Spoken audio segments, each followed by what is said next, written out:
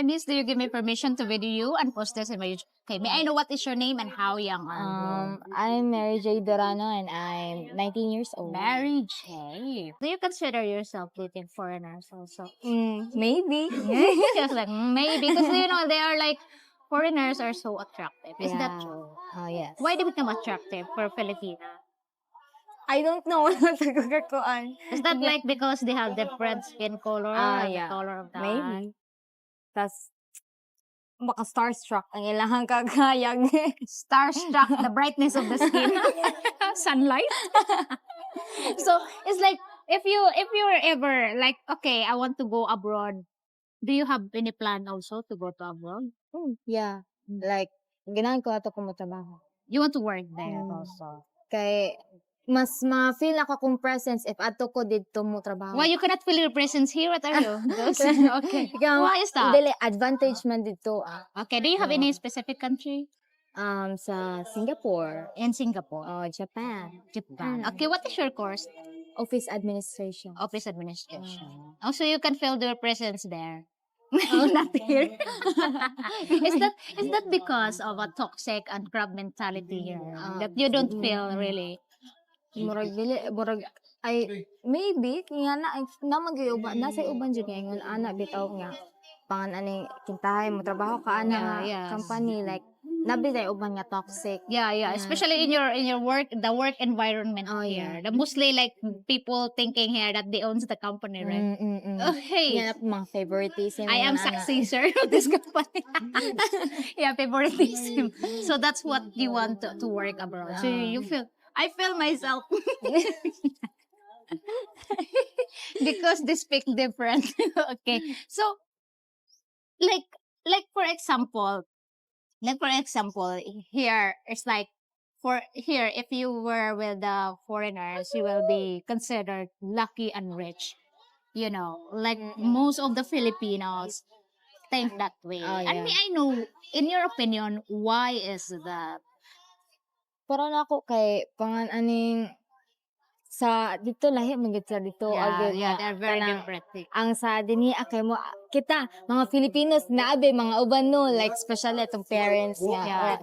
murag ma-ignorante like ginahan sa sila nga naa sila'y apo nga ingon naa sila'y nakanya ingon ana. Alright, so she said it's different here in the Philippines because you know some especially those older people feel like ignorant to have I want to have a A grandson, son-in-law like, and grandkids to be different from other people. Is that why they become so obsessed of the mixed race?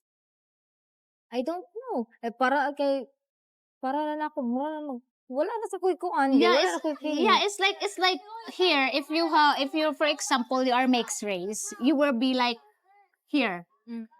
Yeah, no, on top. There will be like the opportunity is like in your way. It's already mapped out in your way. Why is that? Why it's so different to pure Filipino and mixed race? Something like kind of mindset? Oh, napoy nga na mindset tapos like ang ilahasang ilaha bitong pagkuan sa mga tao ingon ana na kanang kintahay like ingon ana lang makabana ka ganyan ana You're with foreigner. Okay. kay bangan ani makaana lang ko nga naanay tao nga daghang mo ilan nimo Okay. kay You kay become daghan na kay- if you are with a foreigner, you become popular. Especially to your relatives, right? like kanang murag para nila kay kanang breadwinner na ka You become a breadwinner instantly if you're with a foreigner. Like everything is in your shoulder. Become like that. So I noticed that also. It's like hey, because you are settled down with a foreigner, you are the one who obligate everything. You know? magsalig na tanan. Yeah, everybody was relying on you. And that is true. That is true. So for you, because you are in a relationship, I keep saying this, does age matter? Does age matter? Dili, wala ra, no. No. Is that because they know what is life or they have very mature Yeah. outlooks in life? Mas nindot if kanang you have a partner nga mature pabitanin mo like kanang ginahan ko nga murag og unsay nagkuwang nako ginahan ko nga tudloan ko sa sakto Okay. So you want him to teach you what is right and what is left for your So you want them to guide you and teach you like that. Like that kind of relationship. That will be like growing. They will say growing old with you because you're learning from their experience. Yes. Okay, does appearance matter? Dili. No. Basta lang nga, nindot siyang batasan. The attitude is matter. It doesn't matter if you got a stinky pit. Stinky armpit. Tulungan na lang ako She sa like- hygiene. She changed her mind. Ay! Yeah, because the hygiene is the hygiene is a must. Oh, yeah. Oo, Murag, like that. ugay nga na lang, murag ma-turn off, gid ko gingon na. You turn off with Oh. not hygienic people? Really? So how did you know if, for example, he gonna visit your house and you don't know he got a stinky pit? Ako siyang ingon, like, prank kapag ingon na Yeah, ako. you will Dili mo ko ingon, like, ma-offend ko. Sugar coated like that. You will tell her straight away, "Uy, you got a stinky pit, don't get in." Like that. Kaya ko ba, kanang wash your feet. Una ka mo dito dili. Okay, wash your feet, don't wear shoes. To visit my parents. So what is your opinion about dating site also? Have you ever been in a dating site? Like if you see like some people, especially in Facebook, they have a dating site now. Wala mo pa-experience pa dyan. You never experienced. You're really a private sir. But I'm sure you experience you pee and your poop in your panties. Ay, Memory lane is like crashing back all the memories. Wait, what? Hey, you experienced that. sa wala. Ay, Ay. pinon. The wee part.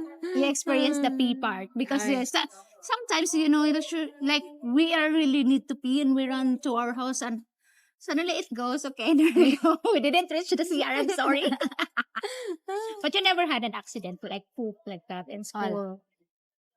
Perfect, girl. Yeah. Perfect attendance, girl. Well, thank you so much for answering all my questions with a chit chat. I'm just nosy. Okay. And guys, if you have any comment, please comment down below. If you have any question, please feel free to ask. And thank you so much for watching. And I'll see you in my next video. Bye.